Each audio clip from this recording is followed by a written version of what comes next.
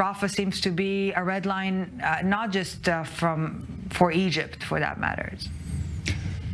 There's almost 1.5 million people in Rafah, and if Israel goes in there without an evacuation having happened prior, then clearly, indeed, it is possible that it'll be a bloodbath for the civilian population and also for IDF soldiers. So there's a lot of concerns that are quite reasonable in that regard. But at the end of the day, I don't really believe the Saudis when they say that Israel must not go into Rafah, because I'm fairly certain the Saudis do want Hamas to be removed from power in Gaza. The Egyptians too, for and the that Egyptians matter. as well, and everyone, and that's clear that that cannot happen without Israel completing the operation. But Israel is saying that for that to happen, we must operate in Rafah. If not that, here's then the thing: at the end of the day, the piper is going to be paid for the fundamental imperfection that afflicts Israel, and that is the nature of its government.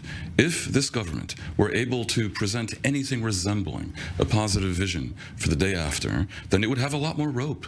But of course, the minute Netanyahu does anything in that zone, he loses the far right and his government collapses. Because of that fundamental problem, Israel cannot do the very thing that is not only in its own interest, but also is a sine qua non for the Arabs, and at this point also the Americans, to support what is otherwise the essential operation in Rafah. Because without that, Hamas stays in power, and in effect, you haven't achieved anything. So you're suggesting, Mr. Perry, that the problem is not an operation in Rafah, the problem is the lack of the day after? There are two things here. One is on the tactical side, there is definitely a lot to be discussed about how you set up that operation to make it less catastrophic. Obviously, that would involve a departure of most of the population, which is basically displaced people from the north, half of them at least. And there are some concerns there as well, because, of course, the Hamas leadership could somehow slip away together with the masses of people that are evacuating north. So that's a tactical thing. On the strategic side, Israel has run out of rope. This government of Israel's, the far-right government that was authoritarian in its reform policy and so forth until October 7th, does not have the support of anyone in the world. The global historic pogrom of that terrible day gave it rope. That rope is now running out. When the world sees that Netanyahu appears to be playing for time and he cannot possibly align himself with anything useful to help the Americans out, to save face for the Saudis, to assuage the Egyptians' concerns, because he is essentially under the control of the far right in the government, that is the moment at which I believe that Israel's fundamental support that it's enjoyed in the West is going to flip. So to that point exactly, number 2 on the National Security Council in the U.S. Is saying very clearly, I have no trust in the Netanyahu government, in the current Israeli administration. And yet, a caveat here, Mr. Perry, he's saying that in a conversation with Arab political leaders in Michigan. An election year, all right? Sure. Not saying that he does not mean what he says. And yet, the audience it gives a certain framework to the conversation altogether. Michigan, Arab political leaders, election year, sure, the progressives. Look, there's a wonderful U2 lyric that compares someone to a promise in the year of election. Obviously, it cannot be believed. On the other hand, even a broken clock is right twice a day. Election time, though it may be, I believe him. Put it this way. If the number 2 in the U.S. National Security Council had said, I have faith in the Netanyahu government, would you believe that?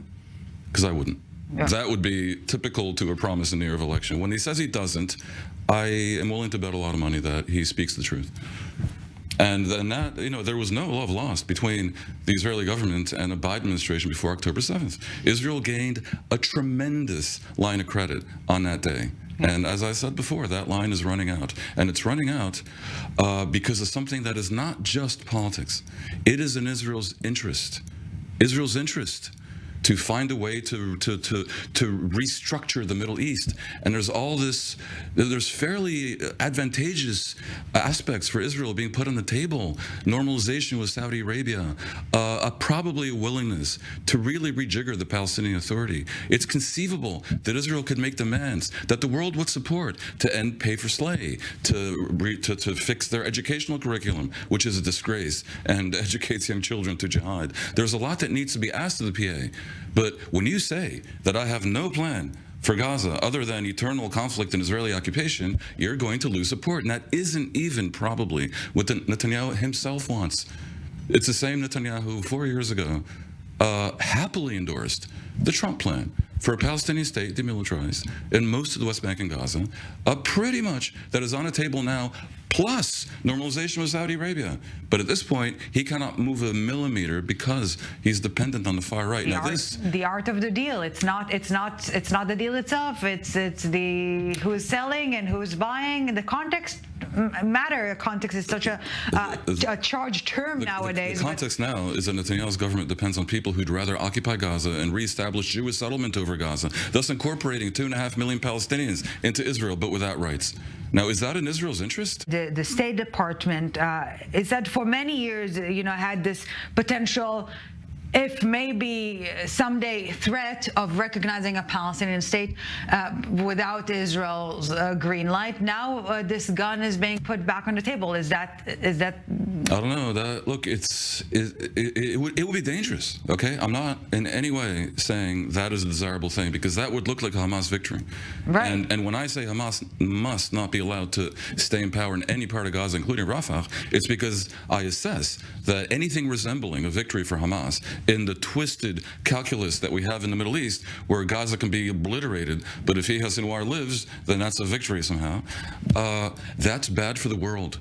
That would be bad for Sisi in Egypt. For any bully anywhere. It would be seen as strengthening the global jihadi movement. It would probably encourage terrorism to resume in Western Europe. It would be just horrendous. So Hamas indeed must be defeated. But probably to reach that, it would be better to not be totally isolated in the world.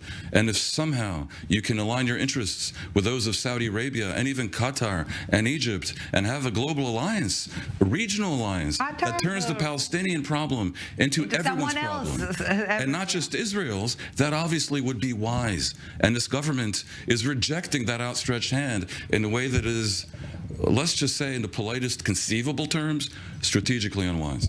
Israel needs to continue being good at what it's good at. And one of the strengths is technology, and also being a place of strong rule of law, a country that big banks can trust to make responsible economic decisions. Mr. Dan Perry here in studio. The optics, not PR, but the geopolitical meaning of that? Moody's decision specifically said that part of their thinking is that the government has no end game in Gaza and it could last forever. And of course, the war could extend to the north. It is, of course, political, but not irrelevant.